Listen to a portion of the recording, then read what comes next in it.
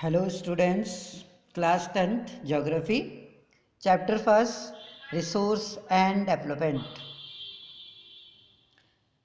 जैसे कि हम जानते हैं everything available in our environment, जो कुछ हमारे इन्वायरमेंट में अवेलेबल है which can be use to satisfy our needs, और जिससे हमारी आवश्यकताओं की पूर्ति होती है और जो हमारे इन्वायरमेंट में अवेलेबल है, जो हम अपने चारों ओर देखते हैं, प्रोवाइडेड इट टेक्नोलॉजिकली एक्सेसिबल। ये क्या है? जो हमारी टेक्नोलॉजी है, जो प्रौद्योगिकी है, accessible, economically feasible and culturally acceptable can be term as resource. आर्थिक रूप से सांस्कृतिक एक्सेप्टेबल है संसाधन के रूप में। अगर हम फिजिकल इन्वायरमेंट देखें, यानी कि फिजिकल इन्वायरमेंट में हम देखते हैं नेचुरल रिसोर्सेस आते हैं, फॉरेस्ट है, वाटर है, मिनरल्स है, जो हमारी नेचर को बनाते हैं,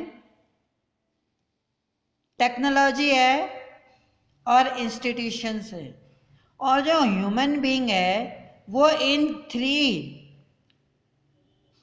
टर्म्स की मदद लेके चीज़ों को मॉडिफाई करते हैं। It means the human beings transform these natural resources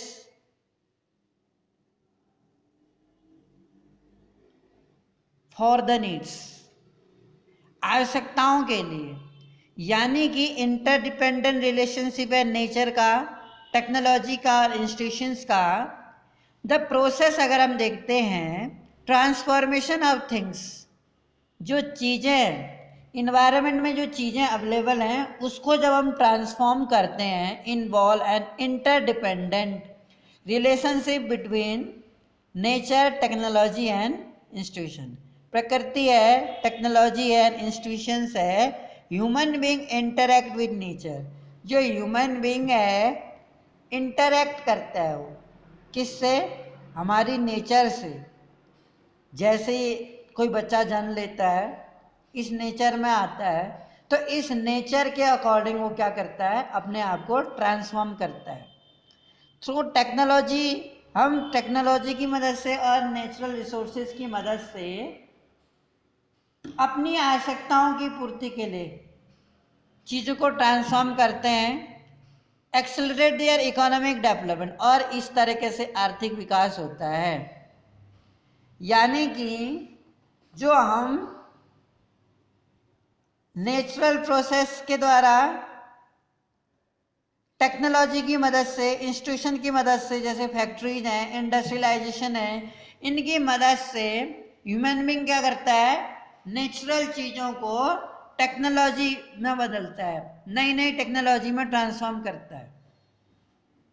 क्या हम जानते हैं, do you think that resource are free gift?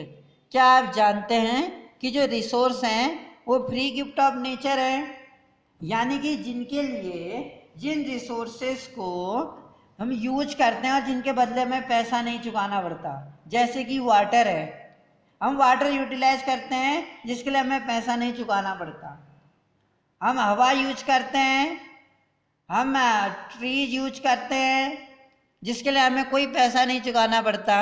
ये फ्री गिफ्ट मान लिए जाते हैं, assume by many. They are not, resource are the functions of human activity. जो संसाधन है ये ह्यूमन एक्टिविटी के काम करने के लिए फंक्शंस का काम करते हैं। Human being themselves are essential. Human beings भी खुद अपने आप में एक कंपोनेंट बना जाता है इस रिसोर्स का। दे ट्रांसफॉर्म मटेरियल, वो क्या करते हैं?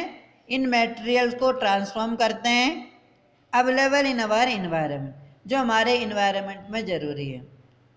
These resource can be classified in following वे। ये जो रिसोर्सेस हैं इनको क्लासिफाइड किया जाता है इन रिसोर्सेस को।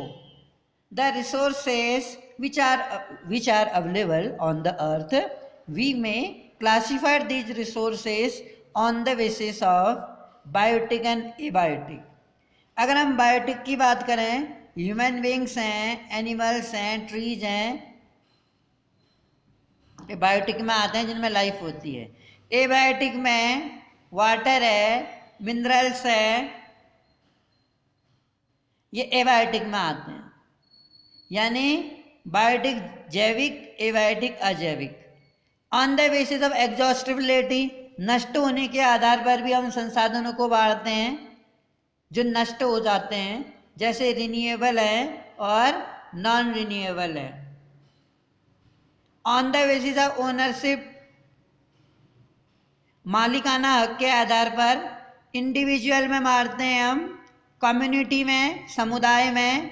इंडिविजुअल किसी का अपना पर्सनल जो होता है, कम्युनिटी समुदाय में, नेशनल और इंटरनेशनल, राष्ट्रीय स्तर के मिनरल्स और अंतर्राष्ट्रीय।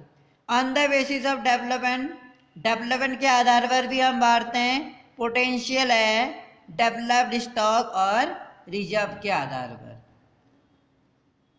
यहाँ पर रिसोर्सेस हम देख रहे हैं, एक रिसोर्सेज को हम नेचुरल मानते हैं, एक रिसोर्स को हम ह्यूमन मेड रिसोर्सेज मानते हैं। जैसे एयरपोर्ट है, रोड है, हाउस हैं, बिल्डिंग है, फैक्ट्री हैं, ये ह्यूमन के द्वारा बनाए गए रिसोर्सेज हैं। नेचुरल रिसोर्सेज को हम दो भागों में बांट रहे हैं, रिन्यूएबल और नॉन रिन्यूएबल। नॉन रिन्यूएबल में भी रिसाइकेबल जो हम अगेन यूज कर सकते हैं, और नॉन रिसाइकेबल जैसे फॉसिल फ्यूल है। मेटल्स को रिसाइकेबल, उनको गला के हम दोबारा से मेटल्स बना सकते हैं, इसलिए वो रिसाइकेबल है। नॉन रिन्यूएबल में जिन्हें हम बार बार प्राप्त नहीं कर सकते हैं। रिन्यूएबल में हम दो भागों में बांट रहे हैं, कंटिन्यूस यूज वाले जैसे विंड और वाटर, और बायोलॉजिकल में नेचुरल वेजिटेशन और वाइल्ड लाइफ, ये बायोलॉजिकल में आएंगे। तो हमने रिसोर्सेज को क्लासिफाइड किया है। नेक्स्ट,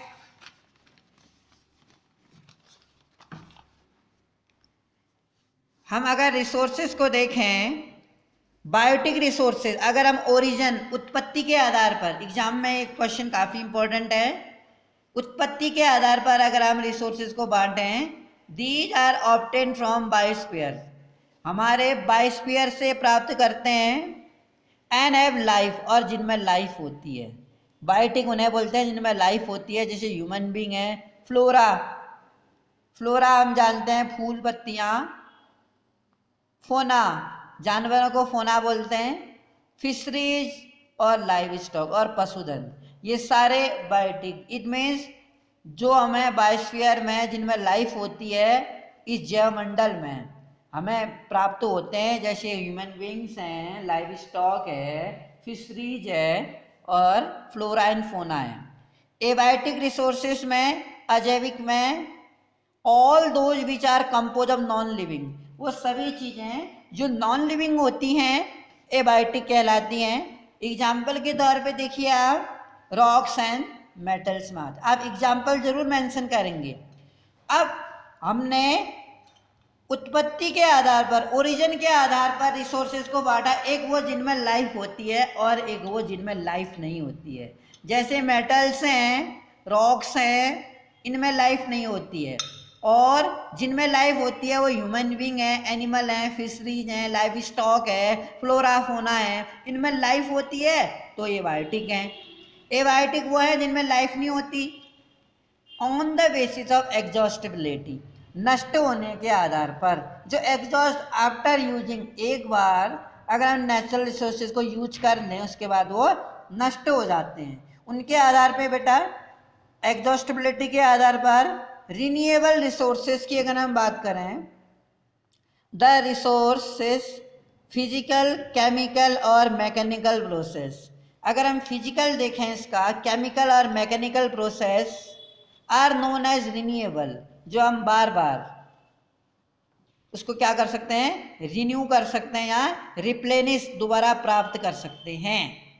ऐसे रिसोर्सेस जो रिन्यू, दोबारा प्राप्त हो सकते हैं या दोबारा रिप्रोड्यूस, उत्पादन कर सकते हैं, उसका फिजिकली हम दोबारा उसे प्राप्त कर सकते हैं, चाहे वो फिजिकली हो या केमिकली हो, रासायनिक रूप से या भौतिकी रूप से। उसका जो मैकेनिकल यानी मशीनी जो प्रक्रिया है उसमें जो बदलती है भौतिकी रूप, उसका भौतिक रूप बदल रहा है या उसका रासायनिक रूप बदल रहा है, हम उसे दोबारा प्राप्त कर रहे हैं। जैसे सोलर एनर्जी है, सोलर एनर्जी को हम अगेन प्राप्त करते हैं, विंड एनर्जी, वाटर है रिसाइकिल हो जाता है वाटर, फॉरेस्ट हम दोबारा से प्राप्त कर सकते हैं, एंड वाइल्ड लाइफ।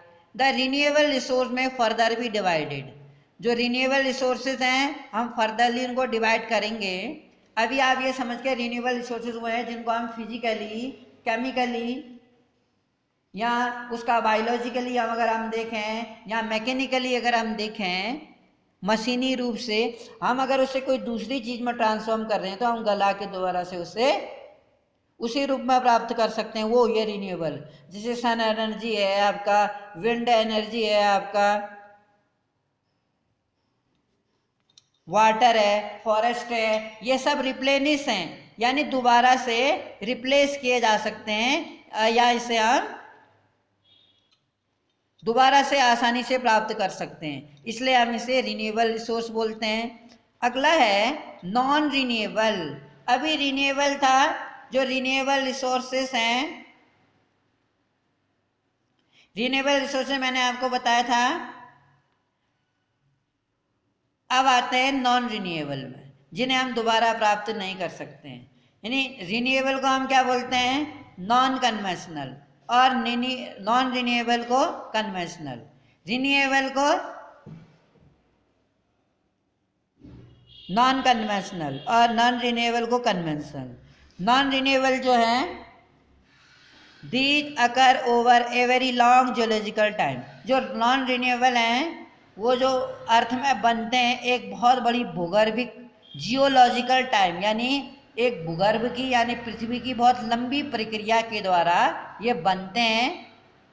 जैसे एक कोल बनता है, एक अर्थ के अंदर कोल बनने में मिलियन साल लग जाते हैं ऐसा माना जाता है। ऐसे मिनरल्स हैं, फॉसिल्स फ्यूल हैं, जैसे आपका पेट्रोल है, डीजल है, कोल है, फ्यूल आर एग्जाम्पल, ये इसके नॉन रिन्यूएबल के एग्जाम्पल हैं। दीज रिसोर्स टेक, ये रिसोर्सेस मिलियन साल लग जाते हैं इसके फॉर्मेशन में। सम ऑफ द रिसोर्सेस, इनमें से जो कुछ रिसोर्सेस हैं जैसे कि मेटल्स हैं, रिसाइकेबल माने जाते हैं, एंड सम लाइक फॉसिल्स, और उनमें से कुछ फॉसिल्स भी हैं जो रिसाइकिल नहीं किए जा सकते हैं, और एक बार यूज करने के बाद आफ्टर यूजिंग इट वो क्या हो जाते हैं, एग्जॉस्ट हो जाते हैं, यानी नष्ट हो जाते हैं, उसको हम रिप्लेनिश नहीं कर सकते हैं। मैंने अभी बताया था आपको, रिन्यूएबल को नॉन कन्वेंशनल बोलते हैं और नॉन रिन्यूएबल को कन्वेंशनल बोलते हैं। नॉन रिन्यूएबल के आगे यहाँ ब्रैकेट में आप कन्वेंशनल लिखेंगे, कन्वेंशनल रिसोर्सेज, और रिन्यूएबल को नॉन कन्वेंशनल लिखेंगे। एग्जाम में दोनों नामों से पूछ देता है क्वेश्चन।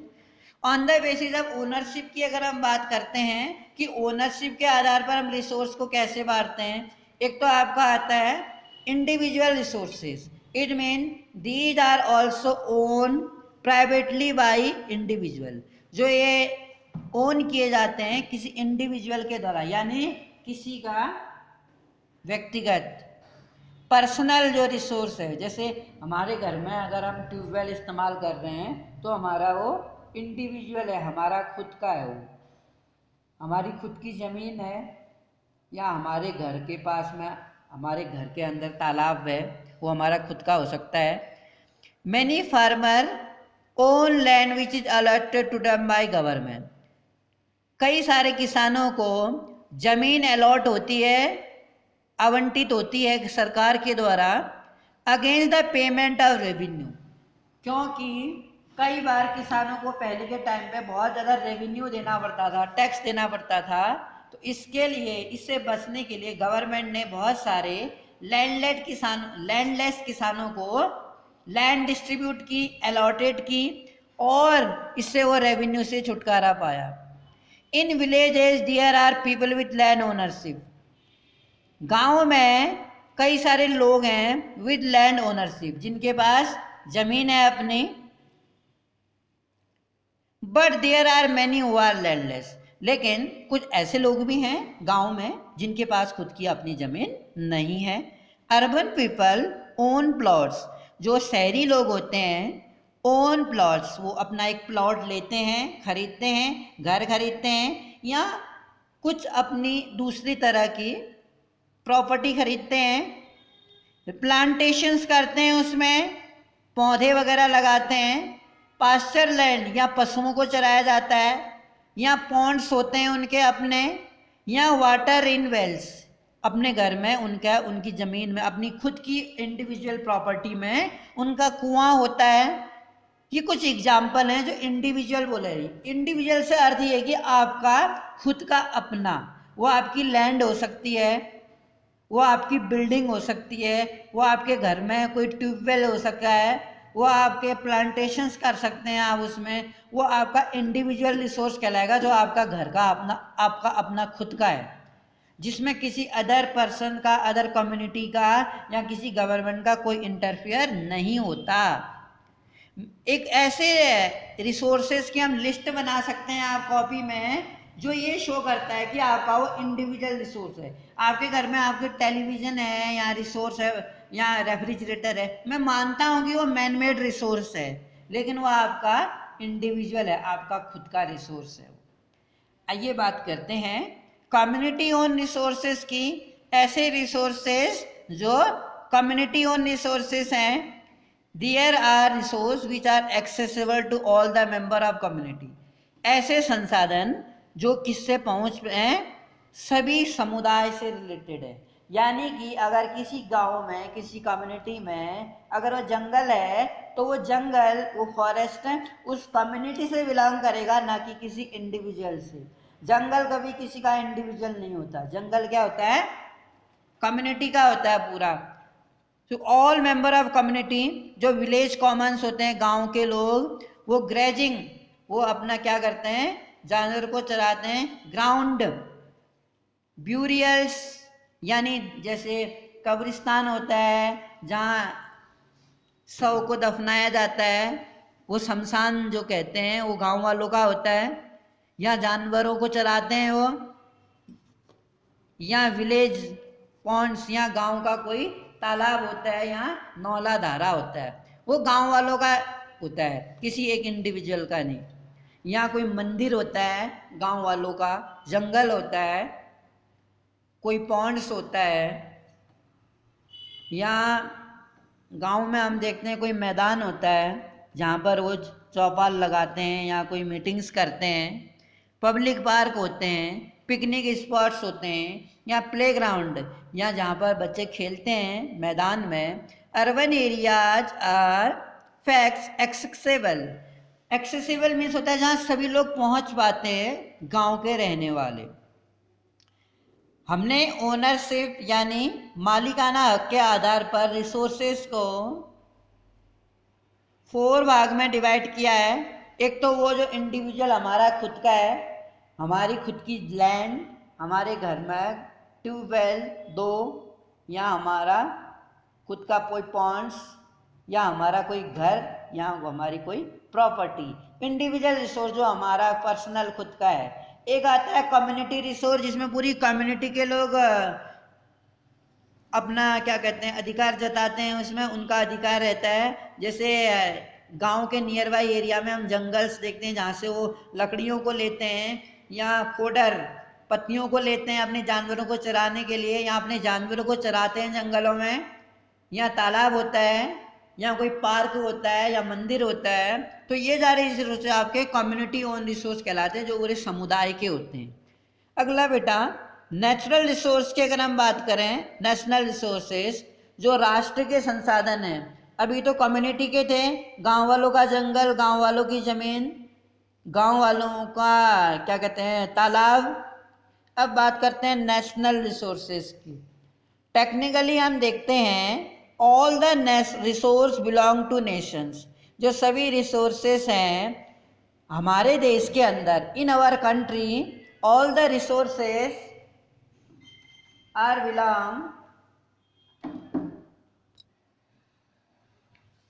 तो नेशनल रिसोर्सेस में technically all the resources belong to nations, वो सभी रिसोर्सेज जो एक नेशन को रिप्रेजेंट करते हैं। कंट्री एज लीगल पावर, और एक देश के पास ये कानूनी अधिकार है to acquire even private property. समझ गए? एक देश के पास ये अधिकार है कि एक प्राइवेट प्रॉपर्टी किसी पब्लिक गुड की उसको भी लेने का अधिकार, यानी अगर गवर्नमेंट चाहे तो अगर मान लो गवर्नमेंट का प्लान है कि वो कहीं पर से रेलवे ट्रैक्स बना रही है या कहीं पर सड़कें बना रही है या कहीं पर एयरपोर्ट बना रही है, तो मान लो जिस जगह पर गवर्नमेंट की प्लानिंग रोड कंस्ट्रक्ट करने की है या कोई फैक्ट्री इस्टेब्लिश कर रही है या कोई डैम इस्टेब्लिश कर रही है, कुछ भी कर रही है, तो अगर गवर्नमेंट चाहे तो जिस इलाके में गवर्नमेंट का प्लानिंग कोई डैम्स कंस्ट्रक्ट करने का है या रोड कंस्ट्रक्ट करने का है, अगर उस इलाके में आपकी प्रॉपर्टी आती है तो गवर्नमेंट चाहे तो आपको उस प्रॉपर्टी का मुआवजा दे के, कंपनसेशन दे के आपसे वो ज़मीन ले सकती है कानूनी रूप से। यानी कि सीधा सा क्वेश्चन, आपकी प्रॉपर्टी आपकी तब तक है जबकि गवर्नमेंट को नहीं चाहिए। जैसे ही गवर्नमेंट का उद्देश्य कुछ कंस्ट्रक्ट करने का है उस इलाके में, तो गवर्नमेंट आपसे आपकी प्रॉपर्टी ज़बरदस्ती भी ले सकती है। हम गवर्नमेंट के अपोज में नहीं जा सकते। कई बार अगर डैम्स कंस्ट्रक्ट हो रहा है, गवर्नमेंट चाहे तो जिस जगह पर डैम कंस्ट्रक्ट हो रहा है उस जगह पर रहने वाली कम्युनिटी को उस जगह से वो डिस्प्लेस कर सकते हैं। यानी कि नेशनल रिसोर्सेस में एक गवर्नमेंट के पास ये पूरा लीगल राइट है कि वो हमारी एक पब्लिक प्रॉपर्टी को आसानी से एक्वायर कर सकती है, भले ही हमें उसका कंपनसेशन मिलेगा वो बात अलग है।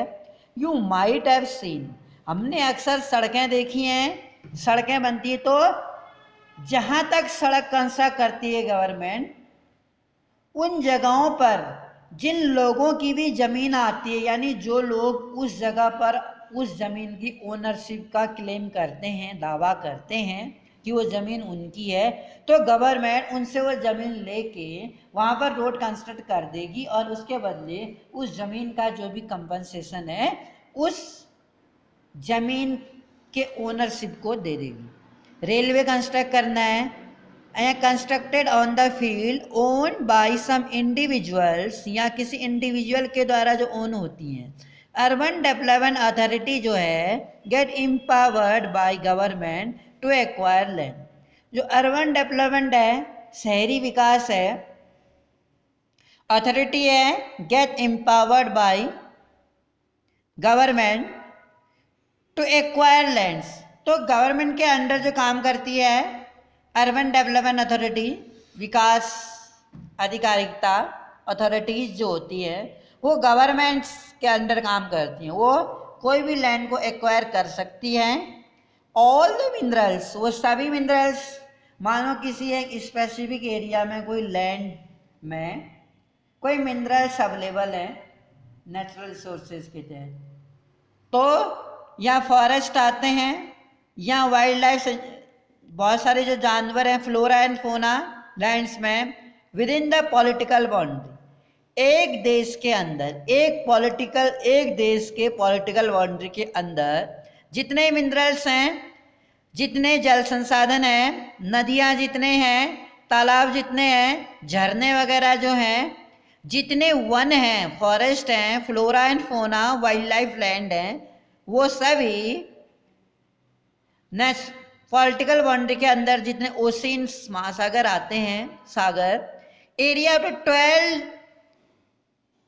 नॉटिकल माइल्स यानी 19.2 kilometre from the coast term territorial water resource. और ये सभी चीज़ें एक मेन टेरिटरी के अंदर, एक स्टेट के अंदर जो हैं, जितने रिवर्स हैं, जितने मिनरल्स हैं, आपके जितने फ्लोरा एंड फोना हैं, वो सभी जितने बायोस्फीयर में क्लासिफाइड करते हैं जैवमंडल, वो एक देश के अंदर उस देश की पॉलिटिकल बाउंड्री के अंदर जो आते हैं उनके देश का राइट होता है। इंटरनेशनल रिसोर्सेज की अगर हम बात करते हैं, अंतर्राष्ट्रीय रिसोर्सेज क्या हैं? देयर आर इंटरनेशनल इंस्टीट्यूशंस हैं, अंतर्राष्ट्रीय institution which regulate some resource, कुछ रिसोर्स को हम रेगुलेट करते हैं। This oceanic resource beyond 200 neutral miles of axis, जिसमें 200 न्यूट्रल माइल्स, 200 माइल्स तक के जो एक्सक्लूसिव इकोनॉमिक जोन है, इसमें 19.2 था न्यूट्रल माइल्स केवल कोस्टल टर्म्स जो हैं, जिसको तटीय इलाके जो एक देश के अंदर आते हैं, बहुत हमारी कंट्री के 9 स्टेट कोस्टल एरिया से जुड़े हुए हैं जैसे, ऐसे ही 200 न्यूट्रल माइल्स तक EEZ यानी एक्सक्लूसिव इकोनॉमिक जोन में आते हैं। आर्थिक जो क्षेत्र हैं बिलोंग टू ओपन ओशन, जिसमें खुली जो ओशन है, महासागर जो है, no individual country can utilize. तो जो ओपन एक्सक्लूसिव जोन है, इकोनॉमिक जोन है, उन ओपन जोन में किसी एक देश का मालिकाना हक नहीं होता है। अगर हम सिंधु नदी की बात करें जम्मू कश्मीर में जो पाकिस्तान चली जाती है, तो इस सिंधु नदी पर इंडिया और पाकिस्तान दोनों का मालिकाना हक माना जाता है, क्योंकि रिवर्स तो क्या है, एक देश में हम रख नहीं सकते। इस देश में रिवर्स फ्लो होते हुए बांग्लादेश चली जाती हैं, फिर बांग्लादेश से लास्ट में बे ऑफ बंगाल में फ्लो हो जाती है, बंगाल की खाड़ी में। तो जो भी एक्सक्लूसिव इकोनॉमिक जोन में यानी खुले एरिया में आते हैं, जिसमें कोई एक देश दावा नहीं करता है कि वो एरिया उसका है, तो उस जोन से दुनिया का कोई भी देश इन नेचुरल रिसोर्सेज को इस्तेमाल कर सकता है। अब जैसे हम समुद्र की बात करें, समुद्र जो इलाका है, जैसे पैसिफिक ओशन है, अटलांटिक ओशन है, इंडियन ओशंस हैं, या साउथ चाइना सी है, तो ये जो बड़े एरियाज हैं, यहाँ बहुत सारे ऐसे एरियाज हैं जो ओपन है सबके लिए। उन एरियाज से हम देखते हैं कि जो फिशरमैन होते हैं वो मछलियाँ भी बोट के द्वारा फिशिंग करते हैं उन इलाकों में। ओपन जोन है, कोई भी देश अपना एक इंडिविजुअल राइट्स का क्लेम नहीं करता है, जिसमें सभी देश के लोग या दोनों देशों के जो बाउंड्रीज बनाते हैं वो क्या करते हैं, इनको यूज करते हैं। डू यू नो कह रहा है, क्या आप जानते हैं?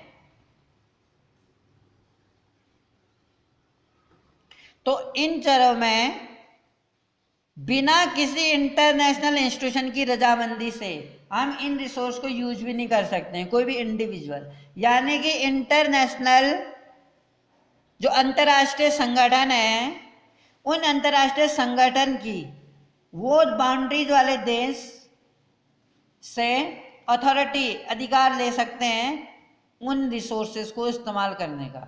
जैसे रेत इस्तेमाल करते हैं, समुद्री नदियाँ इलाकों में बड़ी बड़ी नदियों के किनारे रेत आ जाती है, तो हम देखते हैं कि उन देश में जो जिस पर वो नदी रहती है, बहती है, वहाँ पर इंटरनेशनल इंस्टीट्यूशन से क्या करना पड़ता है,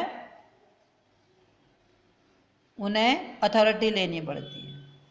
क्या आप जानते हैं, do you know India has got the right to mine manganese noodles from the bed of the Indian Ocean? क्या आप जानते हैं कि India has got the right, India के पास ये अधिकार है कि जो माइन मैग्नीज की माइंस हैं, मैग्नीज एक मिनरल्स है, उसकी जो खाने हैं उनसे मिनरल्स लेने का राइट है इंडिया को, मैग्नीज के noodles from the bed of the Indian ocean from the area which lies beyond the exclusive economic zone, जिससे जो एक्सक्लूसिव इकोनॉमिक जोन है उनसे अधिकार लिया। जैसे हमने ऊपर भी पढ़ा था एक्सक्लूसिव इकोनॉमिक जोन, ऐसे यहाँ भी लिखा है एक्सक्लूसिव इकोनॉमिक जोन होता है एक इंटरनेशनल इंस्टीट्यूशन, इनसे अथॉरिटी लेनी पड़ती है। आइडेंटिफाई, हम कुछ ऐसे इंटरनेशनल बाउंड्रीज के एरियाज को लोकलाइज कर सकते हैं, जहाँ से हम देख सकते हैं कि आखिर ऐसी कौन सी इंटरनेशनल बाउंड्रीज हैं जहाँ से हमें एक्सक्लूसिव इकोनॉमिक जोन से हमें परमिशन लेनी पड़ेगी उस जगह के मिनरल्स को यूटिलाइज करने के लिए। On the basis of the status of development की अगर हम बात करें, पोटेंशियल रिसोर्सेस, जो पोटेंशियल रिसोर्सेस है हमारा, resource which are found in region, potential resource उनको बोलते हैं जो किसी क्षेत्र में पाए जाते हैं लेकिन उनका यूटिलाइज नहीं किया गया है। काफ़ी स्ट्रेंज लगता है अभी कोई नेचुरल रिसोर्सेज किसी रीजन में पाए जाते हैं but has not been utilize, आखिर उनका यूटिलाइज क्यों नहीं किया गया है। For example western part of India, India के वेस्टर्न पार्ट में पर्टिकुलरली राजस्थान और गुजरात की अगर हम बात करें हैव इनॉर्मस पोटेंशियल। राजस्थान और गुजरात में असीमित क्या है पोटेंशियल है इनके पास, विंड और सोलर एनर्जी की अता क्या है इनके पास पोटेंशियल शक्ति है। ये विंड एनर्जी और सोलर एनर्जी बहुत ज़्यादा मात्रा में रिसोर्सेस अवेलेबल है but have not been utilize, so far this has not been developed. तो आखिर ये रिसोर्सेज गुजरात और राजस्थान में जब सोलर एनर्जी या विंड एनर्जी अवेलेबल है तो आखिर कारण क्या है कि यूटिलाइज नहीं किया होगा, due to lack of technology कह सकते हैं। वहाँ पर टेक्नोलॉजी की शॉर्टेज के कारण या लोगों में अनस्किल्ड हैं, लोग स्किल्ड नहीं हैं। अगर लोग अनस्किल्ड हैं और टेक्नोलॉजी नहीं है तो नेचुरल रिसोर्स का प्रॉपरली यूटिलाइज नहीं हो पाएगा। The proper utilization of any resources is not possible due to the lack of unskilled and technology is not utilized there। Developed resources की अगर हम बात करें, जो डेवलप्ड रिसोर्सेज हैं, resource which are survey and their quality and quantity have been determined for utilization. जो हमारे संसाधन हैं which are surveyed and their quality and quantity have been determined, जो इसकी क्वांटिटी है और क्वालिटी है वो डिटरमाइन नहीं किया गया, यानी कितनी मात्रा में वो अच्छी मात्रा में है, उसकी क्वालिटी क्या है और उसकी क्वांटिटी क्या है।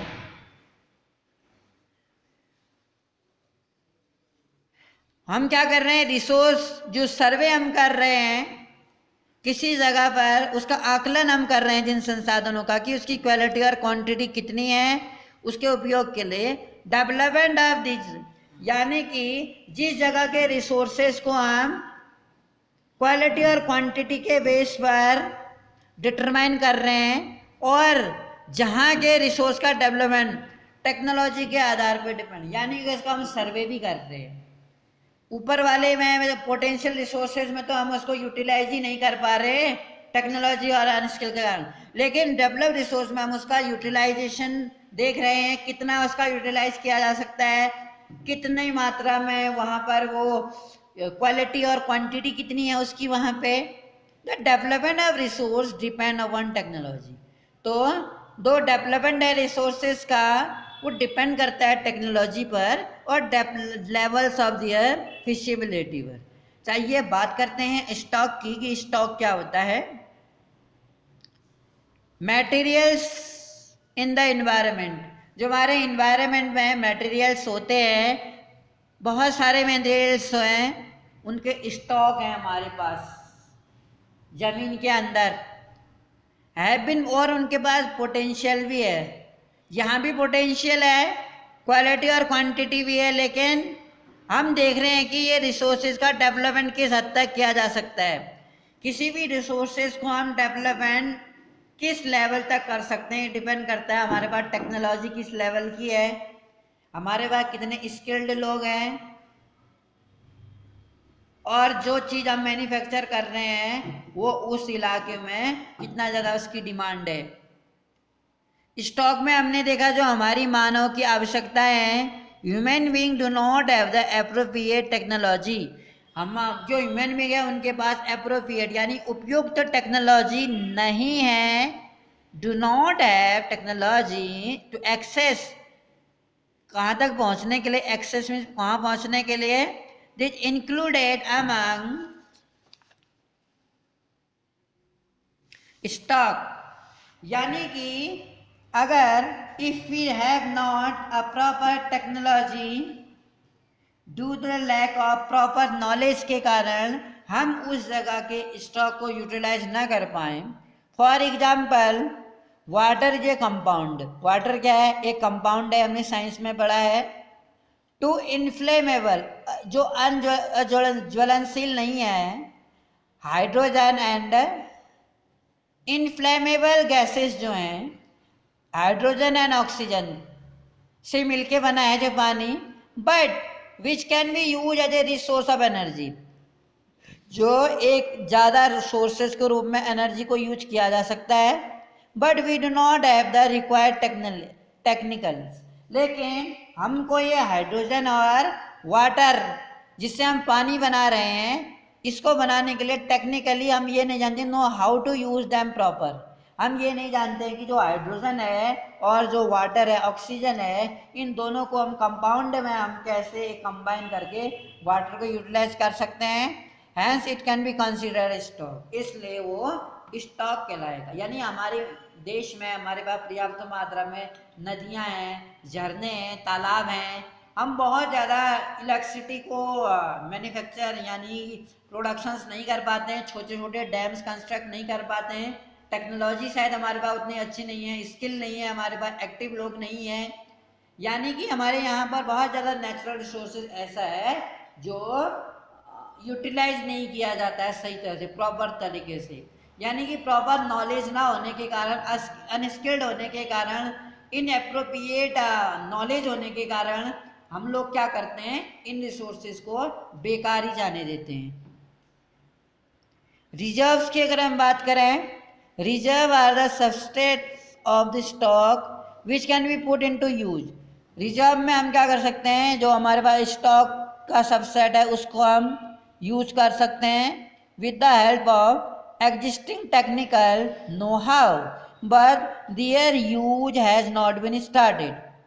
These can be use for meetings future requirement. अगर हम फ्यूचर रिक्वायरमेंट की बात करें,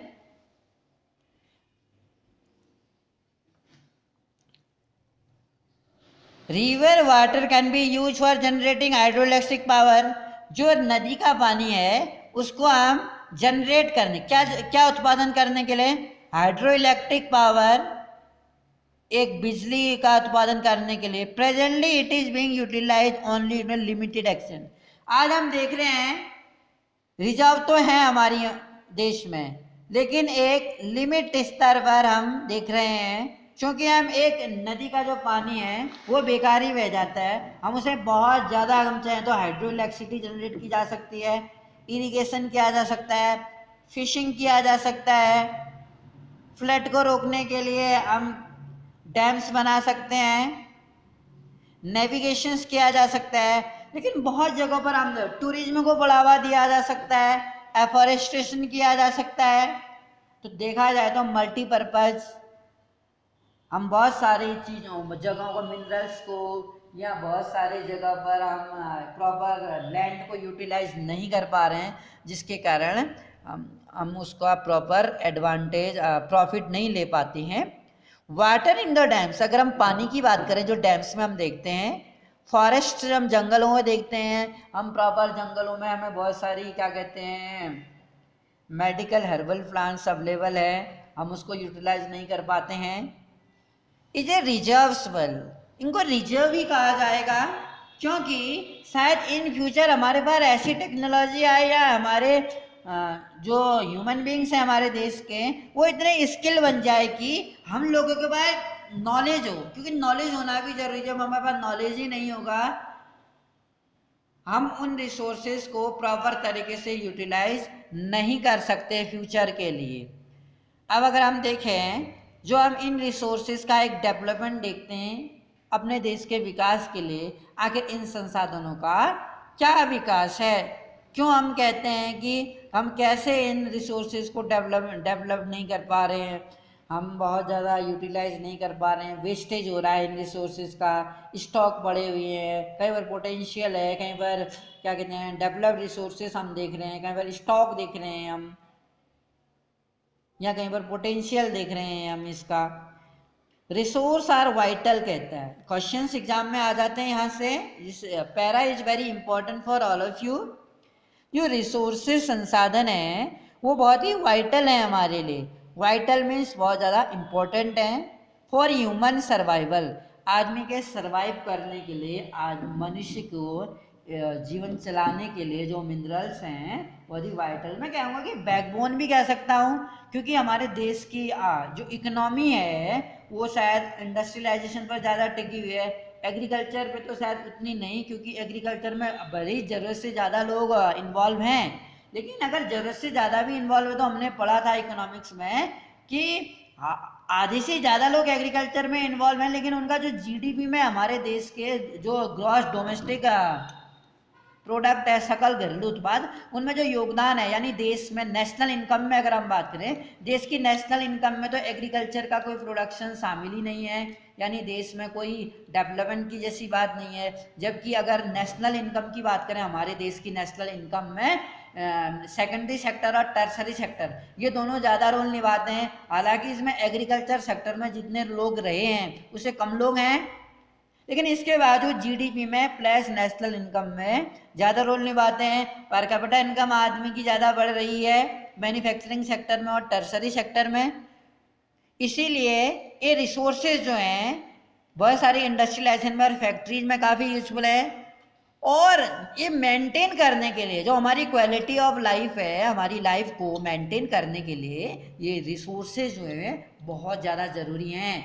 क्योंकि हमने देखा होगा बहुत सारी मैन्युफैक्चरिंग है, यूटेंसिल है, बहुत सारी नई नई मशीनें बनती हैं और क्या कहते हैं ओल्ड वाली रिसाइकिल्स होती हैं।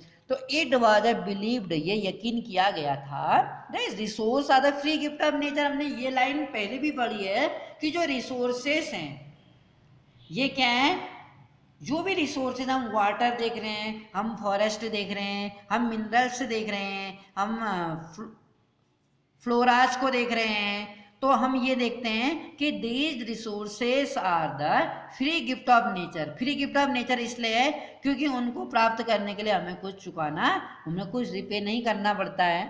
एज ए रिजल्ट, तो जब वो फ्री गिफ्ट ऑफ नेचर है, फ्लोरा एंड फोना है, बहुत सारे हर्बल प्लांट्स हैं, मिनरल्स हैं, हमारे वाटर है, तो ये फ्री गिफ्ट ऑफ नेचर है। एज ए रिजल्ट जब फ्री गिफ्ट ऑफ नेचर है तो human being use them indiscriminately. Indiscriminately का अर्थ होता है बिना किसी सिस्टम से, बेतहाशा। इट मीन्स बिना किसी प्रॉपर मेथड से, एक बिना मेथड्स के अननोइंगली वेस्टेज ज़्यादा कर रहे हैं।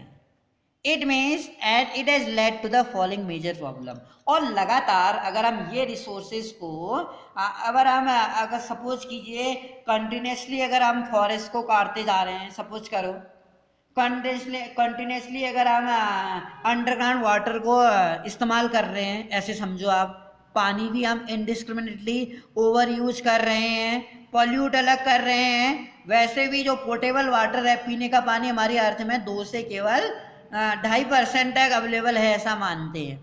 तो अगर हम continuously indiscriminately, if you are over utilizing these resources, because these resources are the free gift of nature, and इसके जो कारण होंगे, जो परिणाम होंगे, जो अगर हम बिना किसी सिस्टम के अगर हम इनडिस्क्रिमिनेटली ओवर यूटिलाइज कर रहे हैं रिसोर्सेज का, तो इसके क्या रीजन होंगे, what problem will be there, deflation of resources. बिल्कुल सही, पहला पॉइंट आप याद रखेंगे, जो ये रिसोर्सेज हैं, संसाधन, इनमें कमी आना स्टार्ट हो जाएगा।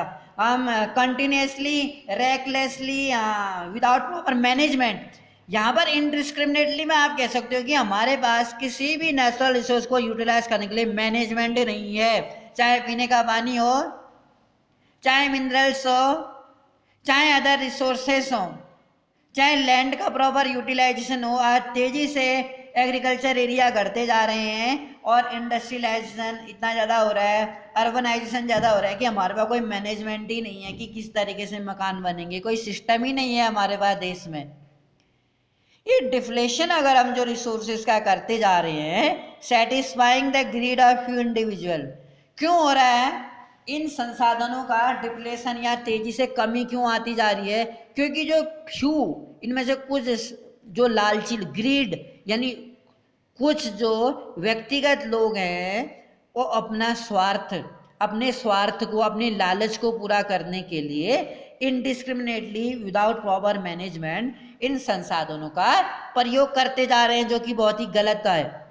एक्यूमुलेशंस of resources and few ends, एक जो अधिकार है एक्यूमुलेशन ऑफ इन संसाधनों का कुछ के हाथों में, which in term divide the society, जो क्या करता है सोसाइटी को बांट देता है। यानी कि हम कह सकते हैं कि जो रिसोर्सेस हैं भाई, नेचुरल रिसोर्सेज, वो अर्थ में सभी जगह इक्वली तो डिस्ट्रीब्यूटेड नहीं होंगे। जो नेचुरल रिसोर्सेज हैं वो अर्थ में यानी कंट्रीज में अनइक्वली डिस्ट्रीब्यूटेड है। तो इस कारण से कुछ कंट्रीज में तो रिसोर्स, ये जो अगर हम डीजल पेट्रोल की बात करें या अदर मिनरल्स की बात करें, उन देशों में बहुत ज़्यादा मात्रा में रिसोर्सेज हैं, और कुछ देशों में ये रिसोर्सेज बहुत ही कम हो गए, यानी उनको इंपोर्ट करना पड़ता है, क्योंकि वहाँ से जो पहले से उनके देश में रिसोर्सेज होते होंगे वो उन्होंने पहले ही एक्सपोर्ट कर दिए हैं, और अब उनके देश में ना के बराबर रिसोर्सेज हैं। इसलिए हैव और हैव नॉट की स्थिति हो गई है, यानी कि कंट्रीज दो रूपों में विभाजित हो गया है, एक तो रिच में और दूसरा पुअर में। और इस कारण से क्या होता है मैं आपको बता दूं, जो रिच कंट्री है वो पुअर कंट्री का एक्सप्लॉयटेशन करते हैं, उनके देशों में बहुत एक्सपोर्ट जो करते हैं बहुत ज़्यादा मात्रा में एक्सपोर्ट करते हैं, और जो प्रोडक्ट होते हैं वो बहुत ज़्यादा महंगे होते हैं, और इन पुअर कंट्री को इन रिच कंट्री के अंडर, रिच कंट्री पे डिपेंड होना पड़ता है, जो कि एक रिच कंट्री के द्वारा पुअर कंट्री का एक्सप्लॉयटेशन तक किया जाता है। इनडिस्क्रिमिनेट की अगर हम देखें, इनडिस्क्रिमिनेट जो क्या कि मिसमैनेजमेंट है, मैनेजमेंट सही नहीं है, एक्सप्लॉयटेशन ऑफ जो रिसोर्सेस है, जो हम रिसोर्सेस का शोषण कर रहे हैं, यूटिलाइज कर रहे हैं, हैज लेड ग्लोबल क्राइसिस। इससे क्या होता है, जो वैश्विक ग्लोबल हमारा जो है इकोलॉजिकल क्राइसिस, हमें संकट देखना पड़ता है। जो हमारा परितंत्र है इसमें हमें ग्लोबल वार्मिंग, एक जो ग्लोबल जो हमारी इस एटमॉस्फेयर में जो टेम्परेचर है, अचानक से हम देखते हैं कि टेम्परेचर बढ़ जाता है, कई सारी हार्मफुल गैसें यहाँ पर आ जाती हैं, कई सारी स्किन डिजीज हमें हो जाती हैं। ग्लोबल वार्मिंग होने से जो ओजोन लेयर है, O3 है, ओजोन लेयर, जो हमारी स्ट्रेटोस्फीयर ट्रोपोस्फीयर जो लेयर है, उन लेयर में ओजोन लेयर हार्मफुल गैसों के होने से ओजोन लेयर में छेद हो जाता है, और ओजोन लेयर में छेद होने से जो सन से हार्मफुल रेज निकलती है वो हमारी अर्थ में स्किन डिजीज का कारण बनती है। Deflation of environment, pollution and land degradation, इससे क्या होता है ओजोन लेयर डिफ्लेशन तेजी से घटती जाती है, और इन्वायरमेंटल पॉल्यूशन, पर्यावरण की बहुत सारी समस्याएं होती हैं, एयर विंड पॉल्यूशन हमें देखने को मिल जाता है, और लोगों में बहुत सारी स्किन डिजीज हो जाती है, एलर्जी हो जाती है, एंड लैंड डिग्रेडेशन, और लैंड में भी जो फर्टिलिटी है, लैंड डिग्रेडेशन तेजी से घटता जाता है। ए इक्विटेबल डिस्ट्रीब्यूशन, अगर हमें इक्विटेबल डिस्ट्रीब्यूशन करना है रिसोर्सेज का, हम ये देखते हैं कि become essential for sustain quality of life, हमें सस्टेन क्वालिटी ऑफ लाइफ के लिए, अच्छी लाइफ बनाने के लिए और ग्लोबल पीस के लिए, शांति के लिए, जो if the present trend of resource deflation, यदि जो प्रेजेंट ट्रेंड है रिसोर्सेज का अगर डिफ्लेशन हो जाए, इनमें जो रिसोर्सेज हमारे पास हैं अगर उनमें तेज़ी से कंटिन्यूसली अगर उनमें डिफ्लेशन होता जा रहा है, और फ्यू इंडिविजुअल लोगों के पास ही उन रिसोर्सेज के जो राइट्स हैं, मैं कहना चाहूँगा अगर कुछ ही कंट्री के पास इनकी मोनोपोली है, अगर इनकी मोनोपोली कुछ देशों के पास ही रही तो क्या होगा, continue future of our planet, definitely जो हमारा फ्यूचर है हमारी अर्थ का वो डेंजर, खतरे में आ जाएगा। If the human beings are continuously over utilizing are deflecting these resources day by day, तो definitely within a few years our earth will be in danger, हमारी जो अर्थ है वो खतरे में आ जाएगी। इसीलिए द रिसोर्सेज जो है संसाधनों की प्लानिंग करनी बहुत ज़रूरी है। इसेंशियल फॉर, क्यों ज़रूरी है बेटा, सस्टेनेबल एग्जिस्टेंस, एक सस्टेनेबल एक जीवन को अस्तित्व को बचाने के लिए, फ्यूचर जनरेशन को भी बचाने के लिए, उसका अस्तित्व बचाने के लिए सस्टेनेबल डेवलपमेंट जरूरी है। सतत विकास में हम इस संसाधनों को जो हमारे पास एट द प्रेजेंट हमारे पास अवेलेबल है इस तरीके से यूटिलाइज करें कि हम अपने प्रेजेंट नीड्स को रिड्यूस किए बिना, without reducing our present needs, we should save these resources for future generation. It means sustainable development means we may utilize these resources in such a way that without reducing our present needs, our future generation, हमारी आने वाली पीढ़ी भी उसे इस्तेमाल करे। हम भी पानी इस्तेमाल करें लेकिन पानी का हम वेस्टेज ना करें, हम भी फ्यूल इस्तेमाल करें, हम भी इलेक्ट्रिसिटी इस्तेमाल करें, हम भी पेट्रोल डीजल इस्तेमाल करें। अभी मैं आपको एक बात बताना चाहूँगा, पेट्रोल डीजल जो है कि आपको पता है दैट इज एग्जॉस्टेबल है, हम उसे बार बार यूज नहीं कर सकते हैं। तो एग्जॉस्टेबल होने से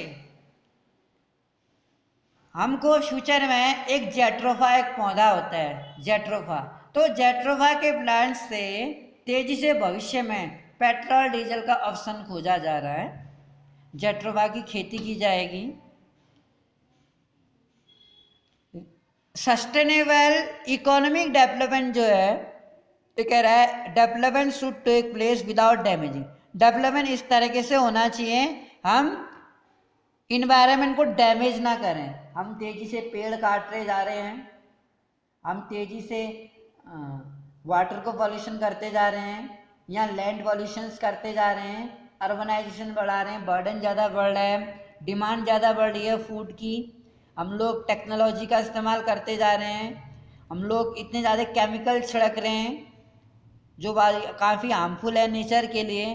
तो हम इस नेचर में क्या कर रहे हैं, एक इसका बैलेंस जो होता है उसको बिगाड़, जो हमारी ग्रीन प्लैनेट है कहीं ना कहीं हम उसको इन्वायरमेंट को पूरा पॉल्यूशंस कर रहे हैं। हमारे रहने लायक शायद ये अर्थ ना रहे कुछ सालों में। एक डेंजर हमें देखने को मिलेगा, development in the present, environment को डैमेज किए बिना हम प्रेजेंट में विकास करें, नॉट कंप्रोमाइज, हमारी जो आवश्यकता है उसमें कंप्रोमाइज। ये नहीं कि हमको रात को बिजली जलाना है और हम फ्यूचर जनरेशन को चाहिए करके रात को बिजली न जलाएं, जलाएं दिन में ना जलाएं। कहते ना सेव एनर्जी सेव फ्यूल, अगर हमें एनर्जी सेव करना है तो हमें फ्यूल सेव करना पड़ेगा, फ्यूचर जनरेशन के लिए भी हम यूटिलाइज कराएं।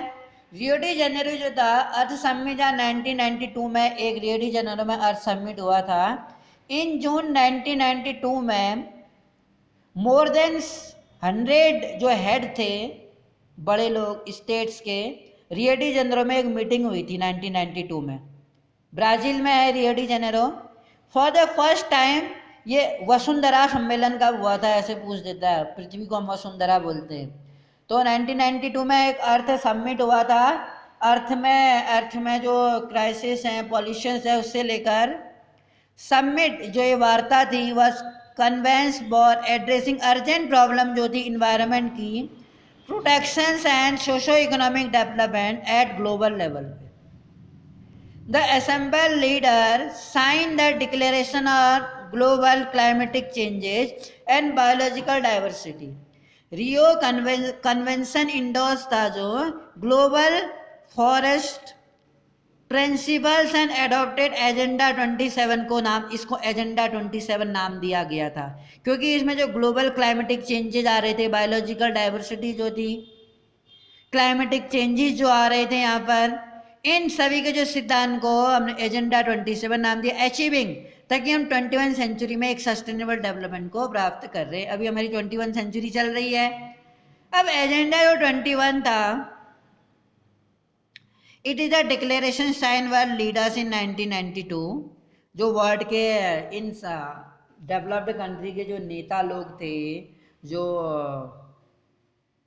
पॉलिटिकल लीडर्स थे, तो United nation conference environment and development यानी UNCED इसका फुल फॉर्म है, United nation conference environment and development, which took place at Rio de Janeiro, Brazil में रियो डी जेनेरो में एक समिट हुआ।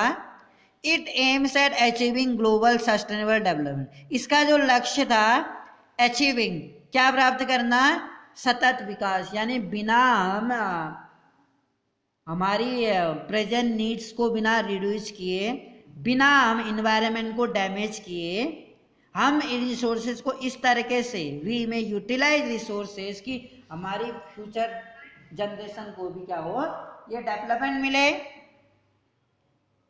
It is agenda to combat environment damage. Poverty है, गरीबी हम देखते हैं यहाँ पर, इन्वायरमेंट का जो विनाश है पर्यावरण का, गरीबी है, बीमारियां हम देखते हैं बहुत सारी, गरीब लोगों को बहुत सारी पॉवर्टी के कारण डिजीजेस देखने को मिलती हैं, फेस करनी पड़ती हैं। ग्लोबल कॉपरेशन होना जरूरी है on common interest, mutual needs and share responsibility. One major objective जो है इस एजेंडा 21 का वो ये है कि एवरी लोकल गवर्नमेंट, हर लोकल गवर्नमेंट, स्थानीय जो सरकार है, जो ग्राम पंचायत है ग्राम लेवल की, should draw it own local, उनको अपना खुद का एक लोकल एजेंडा कि हम पानी को पोल्यूटेड ना करें, हर जगह पर ग्रीनरी वो करें और एक सिस्टमेटिक तरीके से हम मैनेजमेंट बनाएं हर चीज़ का। तो हर गांव लेवल एजेंडा 21 बनाए वो। We will read the next in next video. Thank you.